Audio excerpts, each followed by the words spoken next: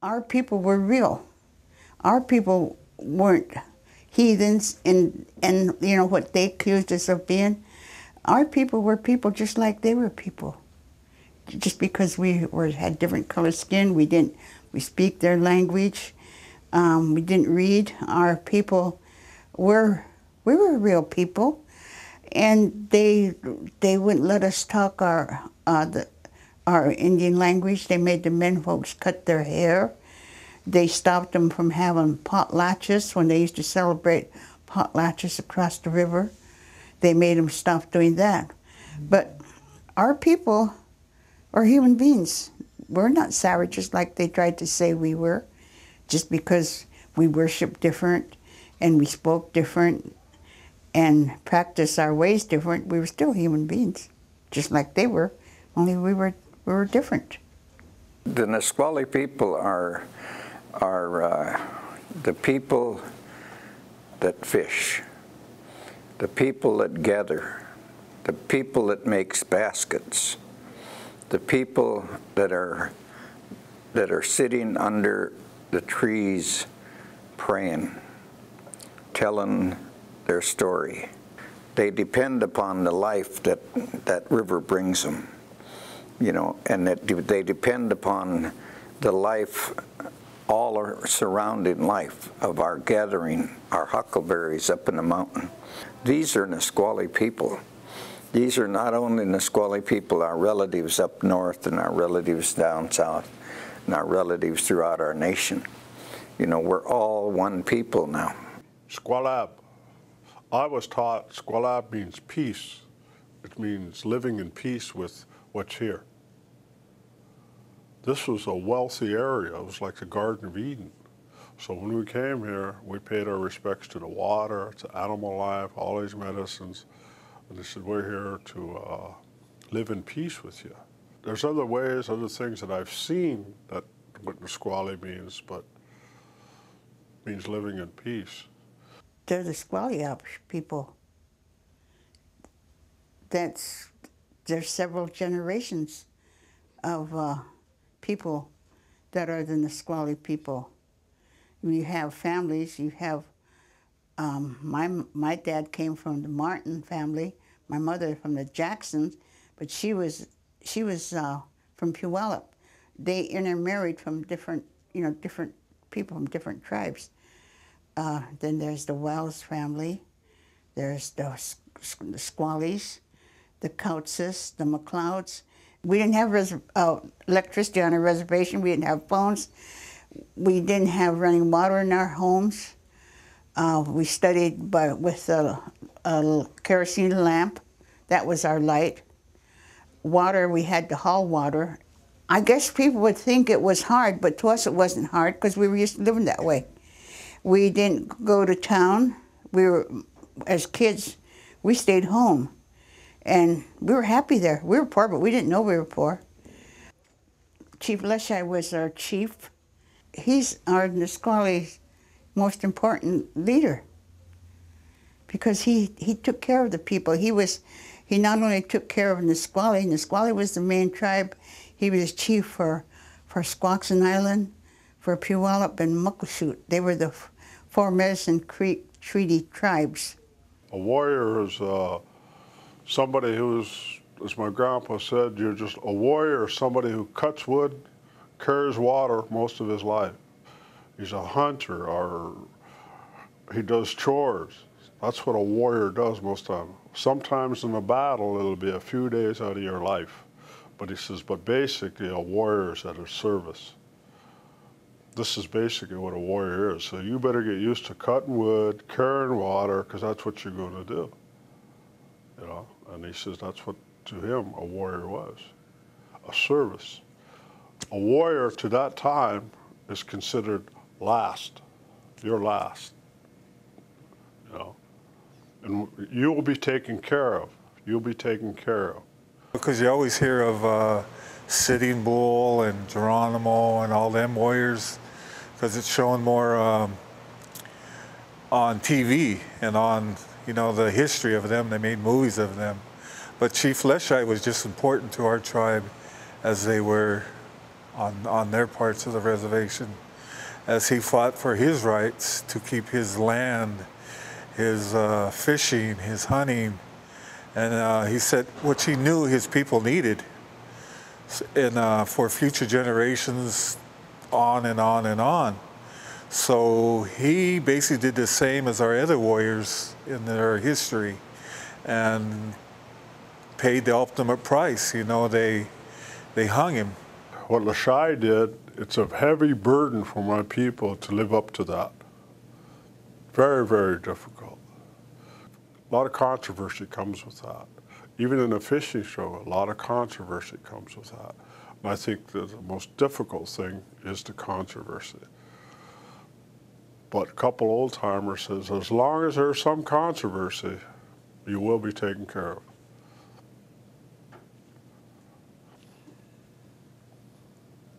So the struggle to get back and keep a hold of what we got is the major portion of what we're dealing with right now. He fought to take care of his people, which was good, because he was, I would say he was the chief warrior, because he thought about his people. He didn't only think about himself, he thought about all the people. And he was there for all the people, not just himself or his family. He was there for the older men, the older women, and for children.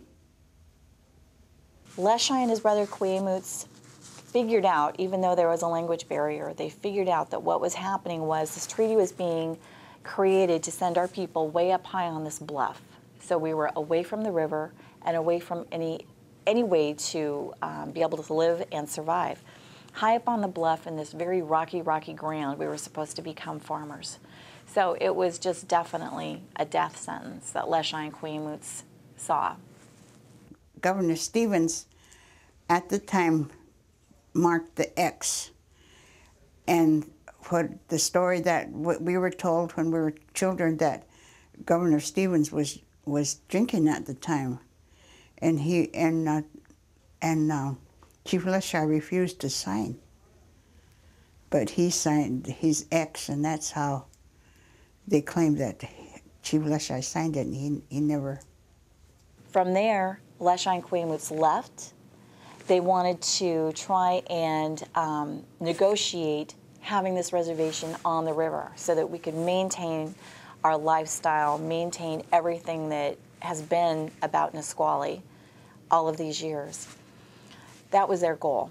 I think they were willing to understand and accept this change with new neighbors, but they wanted to maintain the Nisqually way of life. So I think the important thing is that because he wouldn't sign it, because he wouldn't take those gifts, and he knew if he took those gifts, there was something to come with it. And he knew if he signed a treaty, there would be consequences. So the hardest part for our people to understand, he knew what the consequences were. He knew that they wanted our land, our resources, they wanted to control how we lived and how we did things, et cetera, et cetera, et cetera. He's very well ahead of the game. And this is one of the reasons all these things came about. It really hurt Chief Leschi when they took that all away from his people, because that was their livelihood. It was how they lived.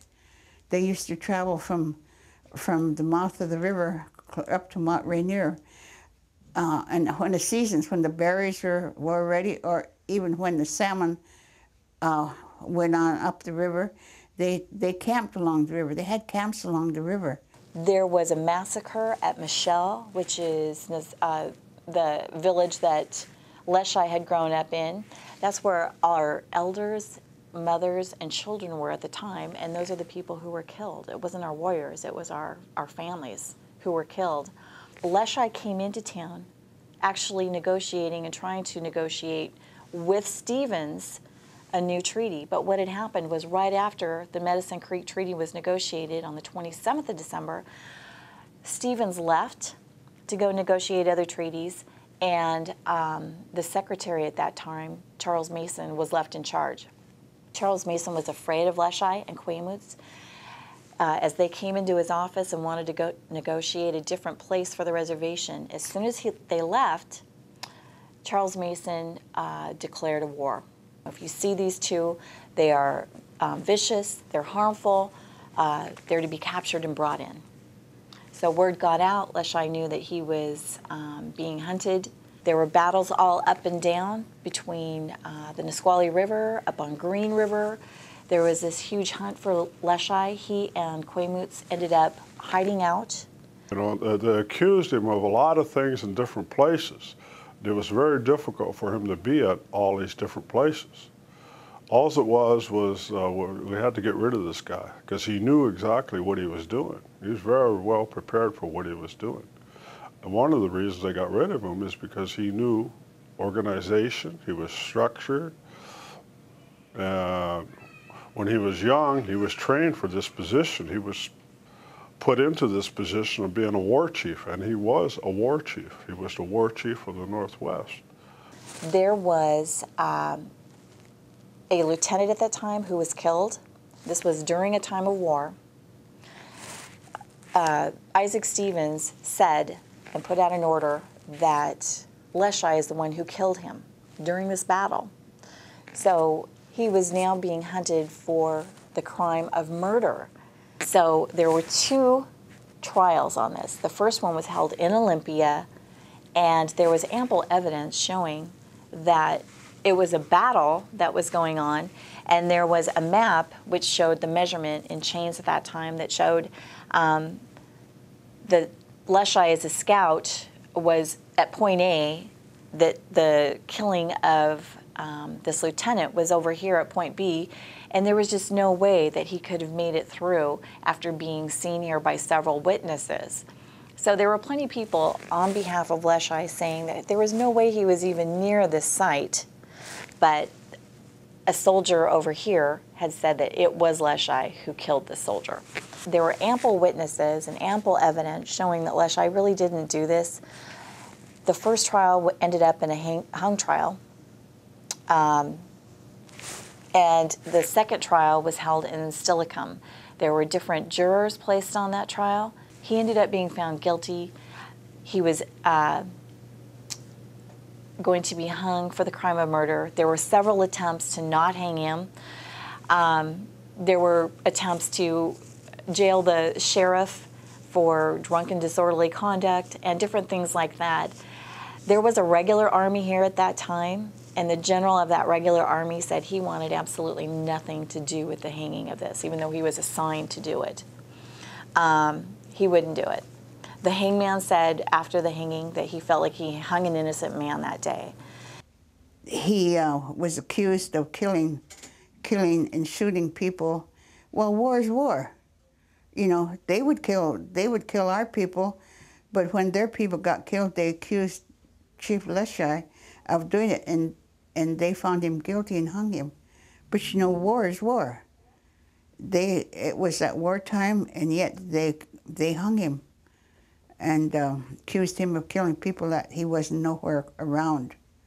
Leschi was deeply ingrained into our life as young children, and our dads and mom talked about Leschi, and we even went to where he was hung. We went up there. My dad took me up there several times in my life and said, there is where they hung our chief, you know, and there was no houses around, there was nothing there at that time. That was 60 years or 70 years ago in my life. And so, you know, I was just a little guy, you know, growing up, listening to Dad and Mom and about the stories of Leschi.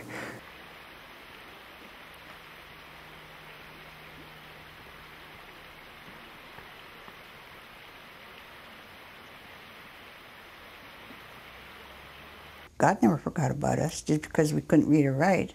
He took care of us. There was talk of just pardoning Leschi, and Cecilia said, no, absolutely not. That's really an admission to guilt. So we wanted to go for the full exoneration, and so they went and sought their help. They'd go to the mountains, they'd go where there was some place to bathe and cleanse themselves and pray. And then God would give them the help that they had. It could be in the form of an animal, a bird, or something from the bay or the river. And that was their help. It took about 3 years. We talked amongst ourselves. We had a petition out there. One day, there was a conversation about this project and what we wanted to get done. And it happened between a friend of mine, Melissa Parr, and her husband, who were sitting in a restaurant in Tacoma just having lunch.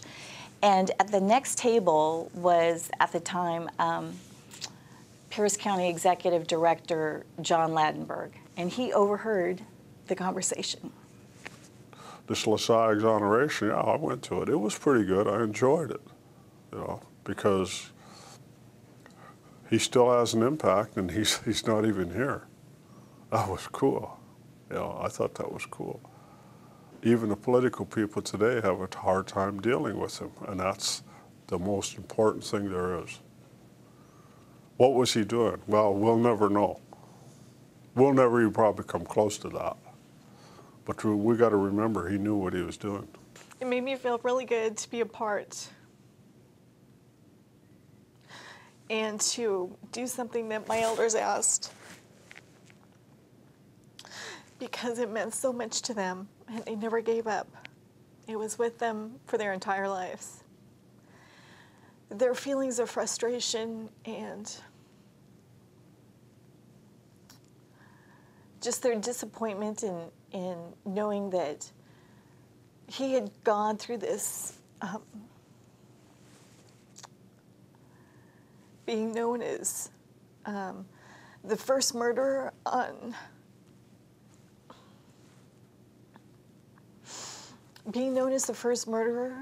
in Washington State. Cecilia was one of my best friends. She was there, and she was the reason it was done. She spent her entire life researching her history, documenting our history. She has written, I think, at least eight books covering everything possible on the Nisqually tribe. He never had his day in court, you know, and it's like us. We never have our day in court. Our day in court is right here, telling the truth right here in this form, what we're in. But he never had his day in court, and he told the truth, and they never believed him. And when he was exonerated, just a great day that day to have that decision come out and exonerate our leader, Chief Leschi. Before he passed away and hung, he was expressing that we hang on to our old ways, hang on to our traditional ways, keep the language, keep our relationship with other families, other tribes, Yakimas, Cowlitz, Quinaults, Chinooks up the Lummi River, Lummis where you're from, the Puyallups, the Quamish, and keep that relationship. Keep fishing, keep hunting, keep using herbs, keep ceremonies alive, sweat lodges, longhouses, all those things. But the most important thing, he says, when he's leaving, he says, no fighting and arguing while I'm gone. And he specifically said, I'll always be with you. The most important thing is that we have each other. We got to remember that our relationship with the land and with each other is far more important than anything else. It's the key element of everything. I believe that. And I don't know of anything better. I think it's a very gifted thing. Look at the life that's around us. The life in this creative ground that we live in, this sacred land that we're on. You know, everything talks to us. Everything that we have on this river and this watershed talks to us. That mountain is talking to us all the time. That mountain is telling us all the time of who we are and how we respect that mountain and how we respect these trees and all these animals and how we respect our eagles. That was all Leschi's thought. That was all his thought. It was him that was bringing us to that point in life. He's here. We're implementing the Leschi story. We're implementing the Leschi dream of protecting us. They ain't going to never terminate us. They can't. We're who we are. We're Nisqually people, you know, and we are here, and nobody's going to take us away from this land.